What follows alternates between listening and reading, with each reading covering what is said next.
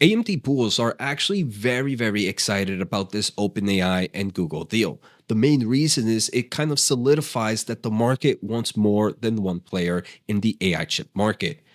But are AMD bulls correct to think this way? Let's take a closer look in today's episode. I want to thank The Motley Fool for sponsoring this video, and check out fool.com/Jose for the 10 best stocks to buy now. With that link, you get a promotional offer for the subscription service. Now, let's continue with today's episode. All right, so first, let's take a closer look at what we know about this OpenAI and Google deal. So first, we know that Google has won OpenAI as a customer of its cloud infrastructure. More importantly, its TPUs, aka its ASIC chips. Based on the reports, this is the version 5 and version 4 TPUs, not the newest generation, which is the Trillium 6th Gen. And I think this is actually very telling. Now, all this has kind of created different market opinions. The first opinion, which I believe is extremely true, it is this is extremely good for Google. And I talk about it in yesterday's video. I mean, it's pretty obvious. You're getting a big AI company to join into Google Cloud platform. The second kind of way the market sees this is bad for NVIDIA. And I completely disagree with this take for this news. I'm not a perma NVIDIA bull. I see the competition and the competitive landscape. I just don't believe this news is bad for NVIDIA. And again, I talk about it in yesterday's video. Now, is this good for AMD? And the market still hasn't really found an answer for this. And I think the answer is yes and no. And that's what I'm actually going to talk about in today's video.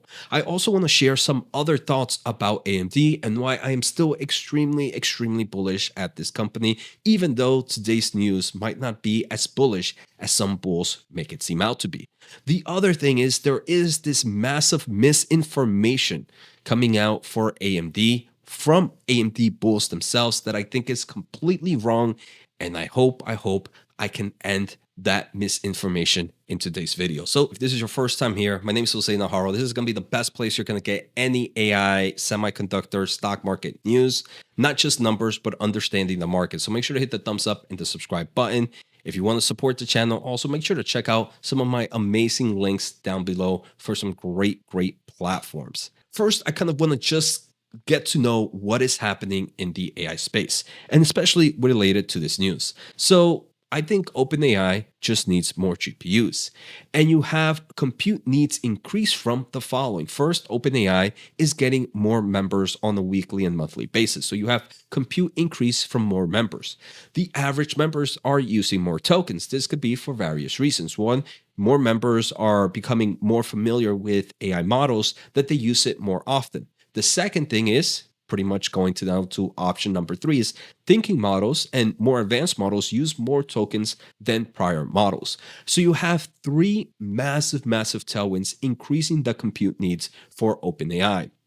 And this is crucial and leads to my following thoughts. OpenAI is not leaving NVIDIA for any negative reasons, but the market is too constrained that it needs a healthy second option, which is very good for AMD and very good for ASIC. What we don't know about this OpenAI and Google deal is the following: what workloads are being transferred. It is important to note that OpenAI has various types of models, like large language models, imaging models, audio models, and video models. More importantly, each type of model has different versions, some more complex than others via thinking, some are one-shot, some are smaller in size, etc. And this is crucial and leads to my following thoughts. Since we saw OpenAI is not using the most advanced TPUs, then this is OpenAI transferring less intensive workloads to TPUs, so it can use its constrained NVIDIA GPUs for the more complex task. And here I can see a subscriber of the channel, C Barn, explain it really well. Good video. Different workloads require different GPUs. OpenAI probably can't wait for Blackwell since it's sold out or may not need those GPUs for the models they're working on. No need to shoot a bazooka at a fly when you can use a fly swatter. Save the more powerful GPUs for workloads that require that performance. And I think that's exactly what's happening here. And that's what led me to my overall thoughts on yesterday's episode. bad for NVIDIA is completely the wrong take to have with this news. Now, I want to jump into good for NVIDIA AMD question mark question mark. First, I want to talk about why I do believe this is extremely good for AMD. First, it shows that the market is in dire needs of more AI compute. AMD MI300s and MI350s should have easy time selling, not only from OpenAI, but from other AI companies, as we see it is AI compute constrained. And we did see from AMD's AI event that the top 7 out of the 10 largest AI companies use AMD Instinct right now. So if these are using them, there is going to be a need for the MI300, the MI350s, and the MI400s. The other thing that we see this is OpenAI is an avid user already of the MI300. So they could put pressure on Google Cloud to buy MI300s and MI400s. Google Cloud does not offer MI300s at the moment because they believe there's no demand for that platform. But if OpenAI can say, look, we'll give you even more and more demand or more kind of cloud customer, if you open up the MI300 and the MI400, then I think Google will be more open to buy from AMD. OpenAI is also, we've heard from the AI platform or AI events that OpenAI is helping with the design of the MI400. It also just shows that the market wants more than one option. So this is why I truly believe it is bullish for AMD. Now I want to share why I don't think it is good for AMD. Why did OpenAI not choose AMD instead? If we're looking for the second option, why not just go to the second source? As I am sure AMD would gladly sell more chips. Could it be a timing thing? It does take time to build AMD solutions, while Google Cloud Platform has readily available supply of TPUs. Still, I do believe timing is a competitive advantage in this AI space. If you had two sources and one of the sources is available to you right now, you're most likely going to pick that in this kind of race of the AI market. So for that reason, normally it's seen that the goal for AMD is to take market share from NVIDIA. But I believe this shows that the current competition for AMD is strongly developed ASIC players. One of the strengths of AMD, though, is that it's truly programmable and has the flexibilities that ASIC solutions typically lack. But if AI companies just want to offload older, weaker models that don't need that flexibility, then that doesn't sit well for AMD, as the ASIC solution might provide a better advantage. And that's what we're seeing here right now. So that is why I believe that while this is kind of good for AMD in an overall sense of things, it does create that bearish thesis as well. So it's not completely a yes and no answer for AMD. Now, before all the AMD bulls start hurting me for being a little bearish on these thoughts, I do want to share some of my other thoughts on AMD. While I don't believe the overall news is truly bullish for AMD, except for the fact that the market is compute constrained and is looking for AI companies, it is important to know that other AI companies might not want to be reliant to Google Cloud Platform if they need a second choice due to competition. Maybe Amazon, for example, wouldn't want to extend some solutions to Google Cloud. They'll rather buy AMD's chip instead. Or they might prefer on-prem. Some companies can't work on the cloud, and Google Cloud can't provide on-prem solutions either. So this does open up that the second opportunity is still pretty much at the opportunity for AMD. More importantly, I am extremely bullish at the MI400, which looks extremely competitive in paper to NVIDIA's solution. And I still am a personal believer that AMD is still a multi-bagger from here. Now, I want to talk about this extremely misinformation happening with AMD. And I think this is something that I hear a lot, that AMD, for example, again, I'm not trying to send any misinformation here or trying to make it seem like they were completely wrong. I think it's understandable why this misinformation is going around. But in this video that I posted yesterday, someone posted, I think you're missing AMD's place in AI. In my opinion, NVIDIA will struggle to compete with them on inference, especially in 2026 when AMD releases the MI400. It's why Meta is now exclusively using AMD's GPUs over NVIDIA. Now, again, I talk about it in this episode, I believe the MI400 looks extremely competitive, and I am actually very bullish for that. So I don't think I'm missing AMD's place in AI. But I responded, who fed you lies that Meta is exclusively using AMD?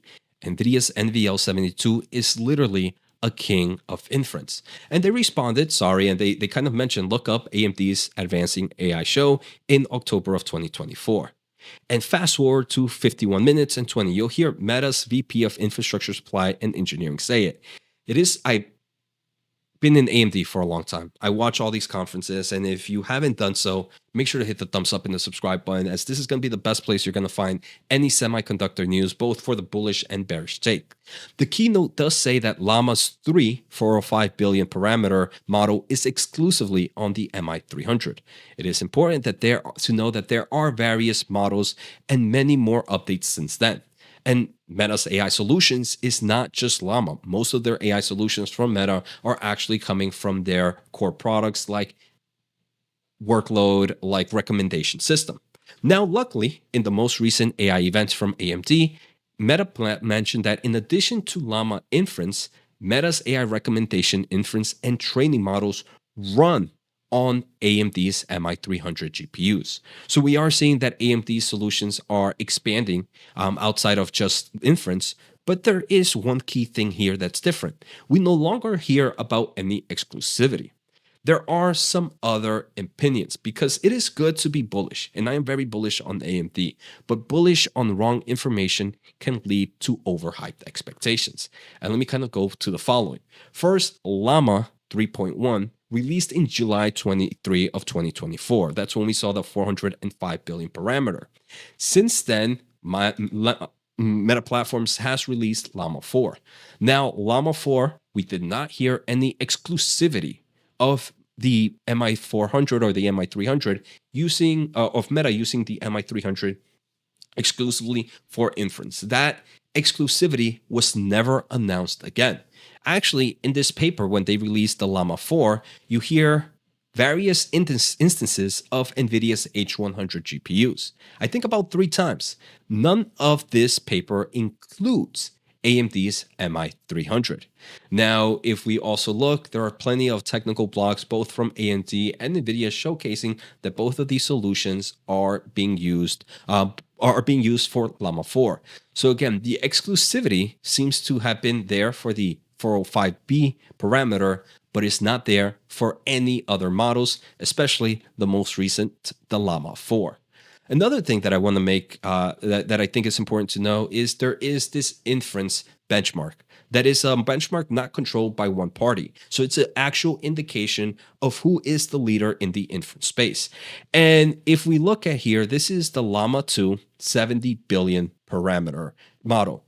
And the one providing the best inference is the MI300. With a quick caveat, this is using 4 nodes of 8 accelerators. That means that this is 32 AI accelerators generating about 103,000 tokens per second. NVIDIA, the B200, is actually doing roughly the same amount with only 25% of the accelerators. So they're only using 8 to kind of reach the same amount as AMD using 32. I think that is crucial, especially in the market where there is power constraint. And for example, me running a server, I would rather run a server that's only using 8 accelerators versus 32, as there is a lot of things that can go wrong and a lot more cooling, a lot more electricity, and everything else that goes with running more nodes. Now, more importantly, there was a benchmark with the 405B parameter model, the Llama 3.1, that is exclusively run on AMD, or so it was said. Now, if we look at the highest numbers, the highest number here is actually NVIDIA's GB200, demolishing this massive behemoth of a model. It is also important to note that in this benchmark, AMD never submitted any results. So I think that is a little bit telling of this information here, that AMD is exclusively using NVIDIA for inference. Again, it was only for one model, and it should no longer be a thing. And this is why you need to sign up with this channel, right?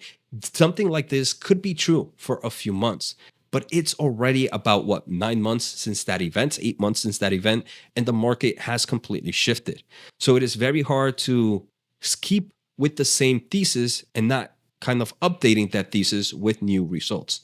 So hopefully this kind of ends this thought process of AMD being the exclusive inference player of NVIDIA of Meta platform. That is nowhere near true, even though on the bullish side, we are seeing that more recommendations and more workloads are transferring to AMD. So that is extremely bullish. So I hope you guys enjoyed today's episode. Take care, have a good day, and see you next time.